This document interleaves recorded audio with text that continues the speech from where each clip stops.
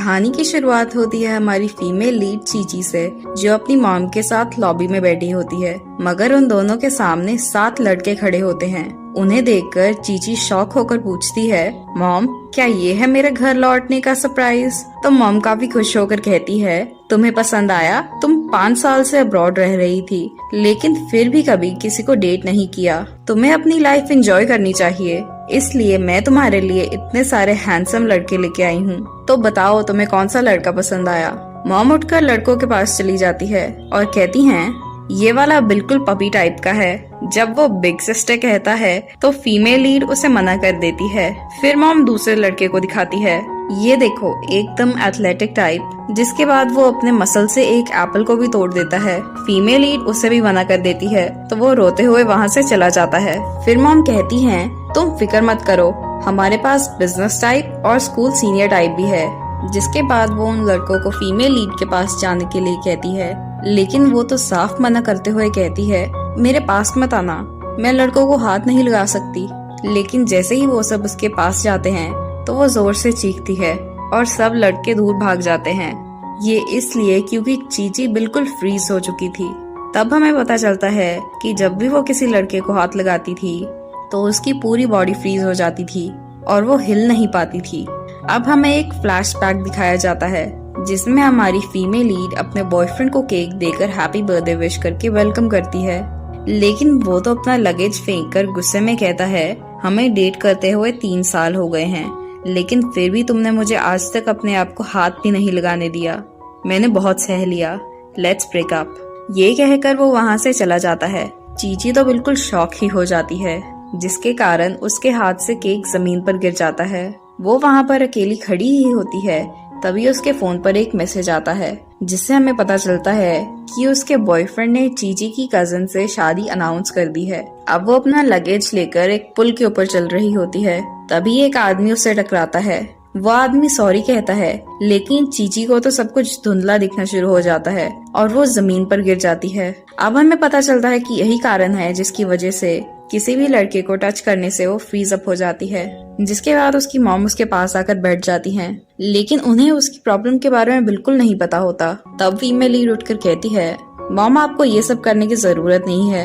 Actually मेरा fiance है जो अभी अब्रॉड है, जो बहुत हैंडसम और बहुत अमीर है। जिसके बाद मॉम बहुत खुश होकर कहती हैं, तो तुम उसे परसों हमारी फैमिली गैदरिंग में ले आना, ताकि हमारे रिश्तेदार भी देख सके कि वो तुम्हारे लिए सही है या नहीं। चीची के हाँ कहने के बाद मॉम वहाँ से चली जाती हैं। जिसके बाद वो जल्दी से अपना फोन निकालकर रोबोट बॉयफ्रेंड्स की वेबसाइट देखने लगती है और कहती है, शुक्र है मैं स्मार्ट हूँ, मैंने घर वापस आने से पहले ही एक रोबोट बॉयफ्रेंड को ऑर्डर कर दिया था, आज या कल में तो वो डिलीवर भी हो जाएगा। अब सीन चेंज होता है और हमें हमारा मेल लीड लू शाओ दिखाया जाता है, जो भाग रहा होता है। उसके पीछे उसकी ग्रैंडमा काफी सारे बॉडीगार्ड्स के साथ उसका पीछा कर रही होती हैं। ग्रैंडमा भागते भागते कहती हैं, हमारी लू फैमिली 9 जनरेशन से एक सिंगल चाइल्ड फैमिली ही रही है, अब तुम्हें आज तो ब्लाइंड डेट पर जाना ही पड़ेगा। तो लू शाओ कहता है, ग्रैंडमा अब तो मार्केट में रोबोट बॉयफ्रेंड्स भी आ गए हैं, मुझे अभी अपने करियर पर फोकस करना है ताकि हमारा लू ग्रुप और ज्यादा ऊंचाइयों को छू सके। तो पीछे से ग्रैंडमा कहती हैं, तुम्हारा करियर लू फैमिली को आगे बढ़ाना है। ये कहकर वो काफी थक जाती हैं और रुक जाती हैं, लेकिन वो अपने बॉडीगार्ड्स को ऑर्डर करती हैं, जल्दी जो भी उसे पहले पकड़ेगा उसे मैं बहुत बड़ा इनाम दूंगी। जिसके बाद वो लू शाओ को ढूंढने लगते हैं, लेकिन वो तो एक बड़े से बॉक्स में छुप जाता है। वो सोचता है, अच्छा है मुझे हमारी कंपनी का रोबोट मिल गया जिसने मुझे छुपाने में मदद कर दी। जैसे ही ये सब यहाँ से चले जाएंगे मैं रोबोट को वापस बॉक्स में डाल दूंगा। लेकिन तभी 2 डिलीवरी मैन उस बॉक्स को उठाकर वैन में रख देते हैं और वहाँ से चले जाते हैं और जो रोबोट था वो वहीं पर रह जाता है। यहाँ चीची जब देखती है कि उसका रोबोट डिलीवर हो चुका है तो वो बहुत खुश होती है और उस बॉक्स को खींचकर घर के अंदर ले आती है। लू शाओ तो बॉक्स के अंदर बैठा हुआ काफी परेशान हो रहा होता है क्योंकि उसके पास भागने के लिए कोई रास्ता नहीं बचा होता। तभी वो सोचता है, मैं रोबोट होने की एक्टिंग करके थोड़ी देर तक तो ग्रैंडमा के मैरिज प्रपोजल से बच ही सकता हूँ। तब फीमेल लीड बॉक्स को खोलती है और वो दोनों एक दूसरे को देखते हैं। वो लू शाओ को पकड़ के खड़ा करती है और उसके गाल पकड़कर कहती है, ये रोबोट तो मेरे ऑर्डर किए हुए रोबोट से भी ज्यादा हैंडसम है और इसकी स्किन भी कितनी इलास्टिक है, टेक्नोलॉजी काफी आगे बढ़ गई है। तब वो अपना फोन निकालकर उसके फीचर्स के बारे में पढ़ती है, जिससे पता चलता है कि रोबोट के पास बहुत सारे मोड्स हैं, बस एक्टिवेशन की जरूरत थी। जिसके बाद चीची उसे एक्टिवेट करने के लिए बटन ढूंढने लगती है। वो उसके कान को भी टच करती है, जिसके कारण लू शाओ तो काफी फ्लस्टर्ड होता है। लेकिन जब कुछ नहीं होता तो वो कहती है ये ऑन क्यों नहीं हो रहा। तभी लू शाओ को रियलाइज होता है और वो बोलता है लू ग्रुप का रोबोट नंबर 1111 आपकी सर्विस में हाजिर है, प्लीज अपना मन पसंदीदा मोड सिलेक्ट करें। तो वो बहुत खुश हो जाती है और कहती है रोमांस मोड, मैं रोमांस मोड चुनती हूँ। ये सुनकर लू शाओ थोड़ा शॉक होकर सोचता है रोमांस, लेकिन उसके सामने बोलता है कि रोमांस मोड सिलेक्ट हो चुका है। जिसके बाद वो उसके चेहरे को पोक करने लगती है। उसके बाद वो उसकी चेस्ट को भी टच करने लगती है। लू शाओ को तो कुछ कुछ फील होने लगता है और वो सोचता है ये कितनी डायरेक्ट है। जिसके बाद वो उसे रोकने के लिए उसका हाथ पकड़ लेता है। तो फीमेल लीड कहती है ये पक्का इसकी प्रोग्रामिंग का पार्ट होगा। जब लू शाओ को रियलाइज होता है कि वो क्या कर रहा है तो वो अपने हाथ को जल्दी से हटा लेता है। लेकिन फीमेल लीड तो काफी इम्प्रेस होती है और उसके गाल खींचने लगती है और उसे हैंडसम और ओबीडियंट कहकर उसे गले लगा लेती है। इसके बाद वो सोफा पर बैठ जाती है और उसे ऑर्डर देती है बॉयफ्रेंड यहाँ आओ और मेरा स्किन केयर करो। लू शाओ हैरान होकर सोचता है ये मुझ पर हुक्म चला रही है, लेकिन फिर सोचता है चलो छोड़ो, मैं अभी अपनी आइडेंटिटी रिवील नहीं कर सकता, और उसके पास जाकर उसके चेहरे पर क्रीम लगाने लगता है। जिसके बाद चीची उसका हाथ पकड़कर उसे कैसे क्रीम लगानी है बताती है और कहती है तुम रोबोट्स भी बिल्कुल आदमियों जैसे हो, सब सिखाना पड़ता है। और कहती है जब आसपास कोई ना हो तो तुम मुझे मास्टर कहकर बुलाना। लू शाओ तो काफी हैरान होता है, लेकिन कहता है जी मास्टर। जिसके बाद वो कहती है कितना अच्छा होता अगर ये असली होता और मैं आदमियों को टच कर सकती। उसकी ये बात सुनकर लू शाओ सोच में पड़ जाता है। तभी चीची अचानक उठकर कहती है मेरा एक्स और मेरी कजन, मैं तुम्हें दिखा दूंगी कि मैं सबसे बेस्ट ही डिजर्व करती हूँ। और वो गिरकर सो जाती है। उसे देखकर लू शाओ उसके गाल को पोक करता है और सोचता है ये क्यूट तो है। अब चीची उस फैमिली गैदरिंग को अटेंड करने के लिए उसे होटल ले आती है, लेकिन तभी उसे याद आता है कि वो तो खाली हाथ ही आ गई है, जिसकी वजह से उसके रिश्तेदारों से काफी बातें सुनाएंगे। तो वो लू शाओ को अपना कार्ड देकर जल्दी से उसे कुछ खरीद कर लेके आने के लिए कहती है और वहाँ से चली जाती है। जिसके बाद लू शाओ अपने आदमी को कॉल करता है और कहता है मैंने तुम्हें एक लिस्ट भेजी है, आधे घंटे में मुझे सारा सामान रेडी चाहिए। अब हमें फैमिली गैदरिंग का सीन दिखता है, जहाँ पर चीची का एक्स उसकी कजिन के साथ बैठा होता है, जिनकी अब शादी हो चुकी थी। चीची आकर कुर्सी पर बैठ जाती है तो उसकी मॉम पूछती हैं मेरा सन इन लॉ कहाँ है, अभी तक आया नहीं। तो वो कहती है कि वो अभी सामान लेने गए हैं, थोड़ी देर में आ जाएंगे। जिसके बाद चीची की कजिन कहती है देखो ना 5 साल हो गए लेकिन अभी तक ये वैसी की वैसी ही है, कोई क्लास नहीं और कोई एजुकेशन भी नहीं। जिसके बाद उसका एक्स भी कहता है 5 साल बाद भी तुम इतना कुछ खास कर नहीं पाई। तो चीची कहती है मैं कुछ भी करूं उसका तुमसे क्या लेना देना, और मैं फॉरेन यूनिवर्सिटी की ग्रेजुएट हूँ, मेरा अपना स्टूडियो भी है। जिसके बाद वो अपनी डिग्री की फोटो सभी को सेंड कर देती है और कहती है कि उसका फियांसे लू कॉर्पोरेशन का सीईओ है, जिसकी नेटवर्थ 100 मिलियन से ज्यादा है। ये सुनकर कजिन का चेहरा तो उतर ही जाता है। चीची सोचती है कि लू ग्रुप का सीईओ वैसे भी पब्लिक में इतना दिखता नहीं है, रोबोट बॉयफ्रेंड को उसके जैसा प्रिटेंड करवाना ही सही रहेगा। जिसके बाद कजिन कहती है कि तुम इतने ही सक्सेसफुल हो तो यहाँ खाली हाथ क्यों आई हो, मेरे हस्बैंड को देखो, 10 साल पुरानी जिनसिंग जो बहुत महंगी है, एक 100,000 का पर्ल नेकलेस और एक्सपेंसिव लिकर लेके आया है, तुम क्या लाई हो। तभी पीछे से लू शाओ आ जाता है और कहता है उसकी जगह पर मैं लाया हूँ। तब एक आदमी अनाउंस करता है 100 साल पुरानी जिनसेंग रूट मूल्य 1 मिलियन, साउथ सी के पर्ल्स मूल्य 5 मिलियन, 3 बंगले बीजिंग के बीचों बीच, 5 लग्जरी कार्स मूल्य 100 मिलियन। जिसके बाद लू शाओ अपने आप को इंट्रोड्यूस करता है और चीची की मॉम को कहता है मैं आपके लिए ये सब गिफ्ट्स लेकर आया हूँ और चीची को रेज करने के लिए आपको बहुत बहुत शुक्रिया। अब सब लोग अपनी आंखें चुराने लगते हैं और शर्म के कारण वहाँ से चले जाते हैं। जब वो दोनों अकेले होते हैं तो चीची बहुत खुश होती है और कहती है तुमने बहुत अच्छा किया, अगर तुम ना होते तो पता नहीं आज मैं क्या करती। ये सुनकर लू शाओ भी काफी सैटिस्फाइड फील करता है, लेकिन चीची कुछ सोचते हुए कहती है, लेकिन ये गिफ्ट्स और तुम्हारी आइडेंटिटी, कहीं ऐसा तो नहीं कि तुम रोबोट नहीं हो? तो लू शाओ को लगता है कि उसका भांडा फूट गया है और वो अपनी सच्चाई बताने ही वाला होता है कि चीची कहती है, मैं भी ना कुछ ज्यादा ही शक करती हूँ, वो चीजें पक्का फेक होगी ना। तो लू शाओ भी राहत की सांस लेता है और कहता है, हाँ वो सब फेक है। जिसके बाद वो दोनों घर वापस आ जाते हैं। लेकिन तभी वहाँ पर लू शाओ की ग्रैंडमा आ जाती हैं, जो उसका कान पकड़ के डांटते हुए कहती हैं, तुम यहाँ रोबोट बनने का नाटक कर रहे हो, मेरी बात सुन लो, आज तुम्हें ब्लाइंड डेट पर जाना ही होगा। तो लू शाओ कहता है, ग्रैंडमा मैं यहाँ इसलिए ही आया हूँ ताकि आप अपने ग्रेट ग्रैंड चिल्ड्रन का चेहरा देख सको। वो उसकी बात पर यकीन नहीं करती और उसे खींचने लगती हैं। लेकिन तभी चीची वहाँ पर आ जाती है। उसे देखकर ग्रैंडमा तो उसे देखती ही रह जाती हैं। तब चीची कहती है, ग्रैंडमा, ग्रैंडसन, रोबोट्स में कब से रिश्ते होने लगे? लू शाओ को लगता है कि आज तो उसकी आइडेंटिटी रिवील हो ही जाएगी। लेकिन ग्रैंडमा सोचती हैं, रोबोट, शायद इस बार ये मुझसे झूठ नहीं बोल रहा। लू शाओ सच बोलने ही वाला होता है। तभी ग्रैंडमा रोबोट होने की एक्टिंग करने लगती हैं, जिसे देखकर लू शाओ तो हैरान ही हो जाता है। ग्रैंडमा सोचती हैं, ये लड़की कितनी प्यारी है, यही मेरी बहू बनेगी। जिसके बाद चीची उन दोनों को घर के अंदर ले आती है। जब वो दोनों अकेले होते हैं तो ग्रैंडमा कहती है, तुमने पहली बार कुछ अच्छा किया, अब बताओ तुम शादी कब कर रहे हो? ग्रैंडमा तो बहुत एक्साइटेड हो जाती हैं, मगर लू शाओ कहता है, अभी तो मैं रोबोट होने का नाटक कर रहा हूँ और मुझे नहीं पता कि उसके दिल में मेरे लिए फीलिंग्स हैं भी या नहीं। तो ग्रैंडमा कहती हैं, तुम सब मुझ पर छोड़ दो, मैं सब हैंडल कर लूंगी।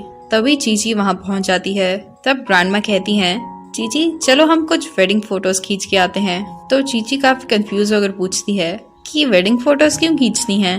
तो ग्रैंडमा रोबोटिक आवाज में बताती हैं कि उनकी कंपनी की एक स्पेशल प्रमोशन चल रही है कि वेडिंग फोटोज खींचो, अपलोड करो और 1 लाख जीतो। तो चीची शॉक होकर पूछती है, 1 लाख? चलो, और वो वहाँ से चले जाते हैं। अब हमें वेडिंग स्टूडियो का सीन दिखता है, जहाँ वो दोनों ब्राइड और ग्रूम की तरह तैयार हुए होते हैं। लू शाओ तो चीची को देखता ही रह जाता है, लेकिन ग्रैंडमा उसे धक्का देकर वहाँ खुद खड़ी हो जाती हैं और उसे देखकर बहुत इम्प्रेस होती हैं। जिसके बाद वो उसकी काफी सारी फोटोज खींचती हैं और सोचती हैं, इसे तो मैं अपने ग्रुप में सेंड करूंगी, पक्का मेरी इतनी सुंदर बहू को देखकर मेरे पुराने दोस्त जलेंगे। जिसके बाद वो वहाँ से चली जाती हैं, फोन पर कहते हुए, हाँ ये मेरी ग्रेट डॉटर इन लॉ है। अब चीची को वो ड्रेस बहुत चुभ रही होती है, तो वो उसे चेंज करने जाती है। चेंजिंग रूम में उसे उसकी कॉलेज की दोस्त मई मई मिल जाती है। वो दोनों एक दूसरे को मिलकर बहुत खुश होती हैं, क्योंकि उन दोनों को मिले हुए 5 साल हो गए थे। मई मई चीची के गले में पहने नेकलेस को देखकर कहती है, ये तो मैंने तुम्हें 5 साल पहले दिया था, मुझे तो यकीन नहीं हो रहा कि तुमने ये अभी तक पहना हुआ है, लेकिन तुम्हें अब इसे फेंक देना चाहिए। तभी रूम के बाहर ग्रैंडमा भी आ जाती हैं। बिल्कुल एक बूढ़े आदमी जैसे लग रही है, बस दिखने में ही अच्छी है, अंदर से तो कुछ भी नहीं है। इतने साल हो गए, अगर इसे कूड़े में भी फेंको तब भी कोई नहीं उठाएगा। ग्रैंडमा ये सब बाहर से सुन रही होती हैं, लेकिन उन्हें लगता है कि कोई चीची को बुली कर रहा है। उसे मजा चखाने के लिए वो जल्दी से लू शाओ को फोन कर देती हैं और कहती हैं, हमारे आदमियों को लेकर यहाँ जल्दी से आ जाओ, कोई तुम्हारी वाइफ को बुली कर रहा है। ये सुनकर लू शाओ कहता है, किसकी हिम्मत हुई चीची को बुली करने की, और वो दोनों अपने आदमियों के साथ वहाँ पहुँच जाते हैं। चीची तो उन्हें देखकर हैरान होती है और पूछती है, बॉयफ्रेंड ये सब क्या है? तो लू शाओ उसे अपनी तरफ खड़ा करके मई मई को बताता है कि उसने ये स्टोर खरीद लिया है।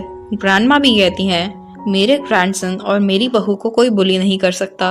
वो चीची को पकड़ के कहता है, तुम फिक्र मत करो, मेरे होते हुए कोई तुम्हें कुछ नहीं कर सकता। जिसके बाद वो मई मई को देखकर उसे फायर करने ही वाला होता है। तभी मई मई बहुत खुश होकर चीची को पकड़कर कहती है, तुमने मुझे पहले क्यों नहीं बताया कि तुम्हारा इतना अमीर हस्बैंड है? अब मई मई भी एक लग्जूरियस लाइफस्टाइल जिएगी। तभी वो नेकलेस भी जमीन पर गिर जाता है। उन दोनों को देखकर तो लू और ग्रैंडमा काफी कंफ्यूज होते हैं। तब उन्हें पता चलता है कि ये सब तो वो एक नेकलेस के बारे में बोल रहे थे और ग्रैंडमा को ही मिसअंडरस्टैंडिंग हुई थी।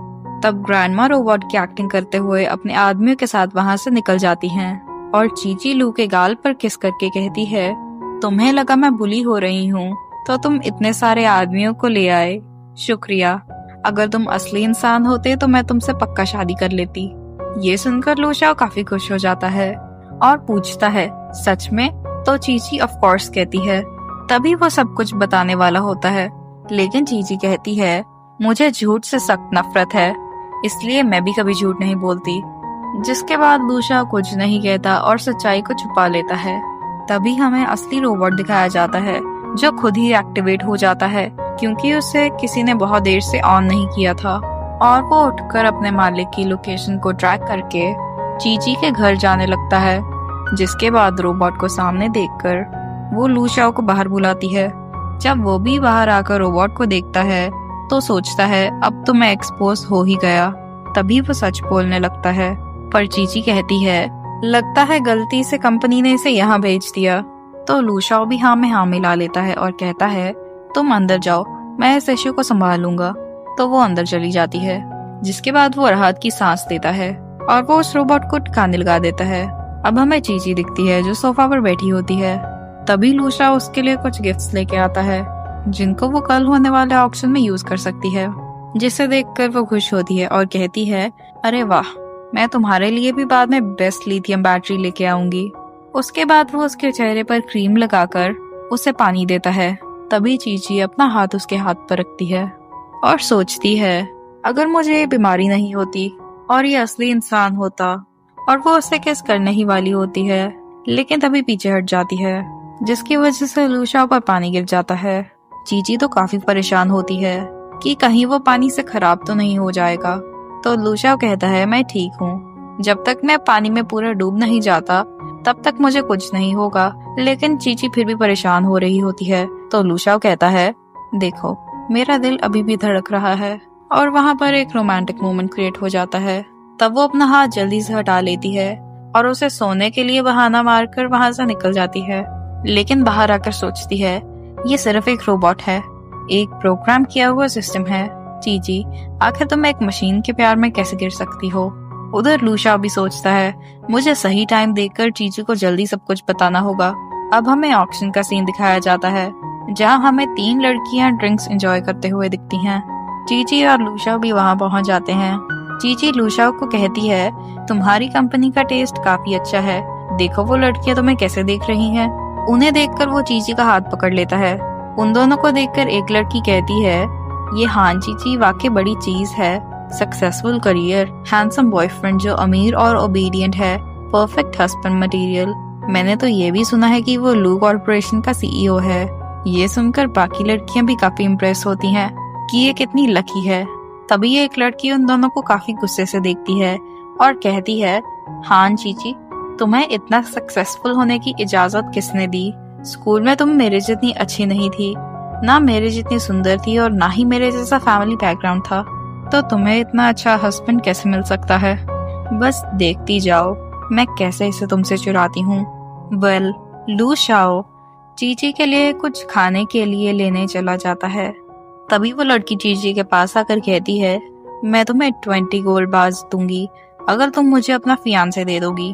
तभी वो कैलकुलेट करती है कि 20 गोल्ड बार्स की कीमत तो रोबोट से बहुत ज्यादा है। तो वो उसके हाथ से कार्ड छीन कर कहती है हाँ हाँ ठीक है, गोल्ड बार्स और हस्बैंड के बीच में मैं ऑफ कोर्स गोल्ड बार्स को ही चुनूंगी। तो वह लड़की कहती है ठीक है, तुम्हारा फियांसे अब मेरा हुआ। लेकिन चीची तो सिर्फ उन कार्ड्स को देखती रहती है। अब पीछे से लूशाओ भी आ जाता है जिससे वो लड़की कहती है देखो, हाँ चीची को सिर्फ पैसों से प्यार है, वो इस तरह की इंसान है। मगर मैं उसके कुछ और कहने से पहले लूशाओ उसे इग्नोर करके चीची के पास खड़ा हो जाता है और कहता है माफ करना, लेकिन मेरी फियांसे जैसी भी है मुझे वैसी ही पसंद है। तब चीची बताती है कि वो तो एक रोबोट है और वो उसके स्टूडियो में गोल्ड बार्स के साथ इन्वेस्ट करने के लिए उसे शुक्रिया कहती है। उस लड़की को तो बहुत गुस्सा चढ़ जाता है जब वो ये सब सुनती है, लेकिन मन ही मन उसे मजा चखाने के बारे में सोचती है। वेल, अब ऑक्शन भी शुरू हो जाता है जहाँ होस्ट चीची को, जो अपने नेशनल स्टाइल स्टूडियो को रिप्रेजेंट कर रही होती है, स्टेज पर बुलाता है। लेकिन जब वो अपनी पेन ड्राइव जिसमें उसके डिजाइन्स थे लैपटॉप पर लगाती है तो वो काम ही नहीं करती।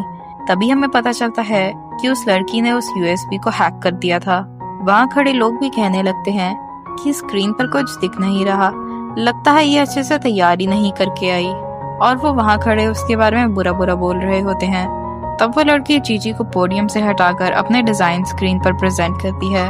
उन्हें देखकर चीची शॉक होकर पूछती है, मेरे डिजाइन्स तुम्हारे पास कैसे आए? तो वो लड़की कहती है, तुम्हारे कहने से कुछ नहीं होता, क्या प्रूफ है कि ये डिजाइन्स तुम्हारे हैं? तब स्टेज पर लूशिया आ जाता है और लैपटॉप पे कुछ कोड लिखने लगता है। वो लड़की सोचती है, ये तो सिर्फ एक रोबोट है, भला क्या ही कर लेगा। लेकिन तभी स्क्रीन पर दोनों डिजाइन्स आ जाते हैं, जिससे पता चलता है कि चीची के डिजाइन्स पहले बने थे। वो शॉक होती है कि एक रोबोट ये सब कैसे कर सकता है। तभी होस्ट को जजेस का फोन आता है, जो अनाउंस करता है कि क्योंकि उनमें से एक ने डिजाइन्स चोरी किए थे तो ऑक्शन की विनर चीची है। तो सब तालियां बजाने लगते हैं। लेकिन वो लड़की, जिसका नाम हान है, मन में सोचती है, चीची मैं तुम्हें छोड़ूंगी नहीं। अब वो दोनों घर पहुंच जाते हैं। अब ब्लू शाओ चीची को अपनी आइडेंटिटी रिवील करने ही वाला होता है कि हान आकर उसे पूल में धक्का दे देती है। लेकिन चीची को तो स्विमिंग आती ही नहीं है। तब लू भी पूल में छलांग मार देता है और चीची को किस करता है, जिसके बाद वो दोनों पूल से बाहर आ जाते हैं। लेकिन चीची तो बहुत परेशान होती है कि कहीं वो खराब तो नहीं हो गया। वो उसे कहती है, तुम फिक्र मत करो, मैं अभी लू कॉर्पोरेशन को कॉल करती हूँ, प्लीज तुम टूटना मत। तब हान कहती है, एक रोबोट के लिए तुम इतना क्या परेशान हो रही हो? क्या तुम सच में एक आदमी के लिए इतनी डेस्परेट हो? तभी वहां पर ग्रैंडमा आ जाती हैं। किसने कहा वो सिर्फ एक रोबोट है? तुम्हारी हिम्मत कैसे हुई लू कॉर्पोरेशन के सीईओ और मेरी फ्यूचर डॉटर इन लॉ को नुकसान पहुंचाने की? ये सुन के हान बिल्कुल शॉक हो जाती है, जिसके बाद बॉडीगार्ड उसे वहां से ले जाते हैं। लेकिन चीची तो बहुत बिट्रेड फील कर रही होती है, जिसकी वजह से वो वहां से चली जाती है और मन ही मन सोचती है, झूठ, एक और झूठ। तभी पीछे से लू भागता भागता आता है और उससे माफी मांगने लगता है। वो कहता है, तुम्हें मुझ पर जितना नाराज होना है तुम हो, मगर पहले मेरी पूरी बात सुन लो। पहले मैंने ब्लाइंड डेट से बचने के लिए रोबोट होने की एक्टिंग की थी। मैं तो गलती से उस बॉक्स में आ गया था। उसके बाद मुझे डर था कि तुम गुस्सा करोगी। मैं सच बताना चाहता था, लेकिन कुछ न कुछ होता ही गया और मैं सही टाइम पर बता नहीं पाया। तो चीची कहती है, मैं तुम पे अब कैसे भरोसा करूं? तब वो कहता है, लेकिन मेरे प्रॉमिसेस, जो सब मैंने तुम्हारी मॉम को कहा था और तुम्हारे लिए मेरा प्यार सच है। तब चीची एक स्टेप पीछे लेती है और कहती है, तो हम सब फिर से स्टार्ट करते हैं। हेलो, मैं हान चीची हूँ। और वो अपना हाथ आगे बढ़ाती है। वो भी उसका हाथ पकड़ के कहता है, हेलो, मैं लू शाओ हूँ, हान चीची का फियांसे। और वो दोनों आंसू बहाते हुए एक दूसरे के गले लग जाते हैं और हमारी कहानी यहीं पर खत्म हो जाती है। Goodbye everyone and I will see you in the next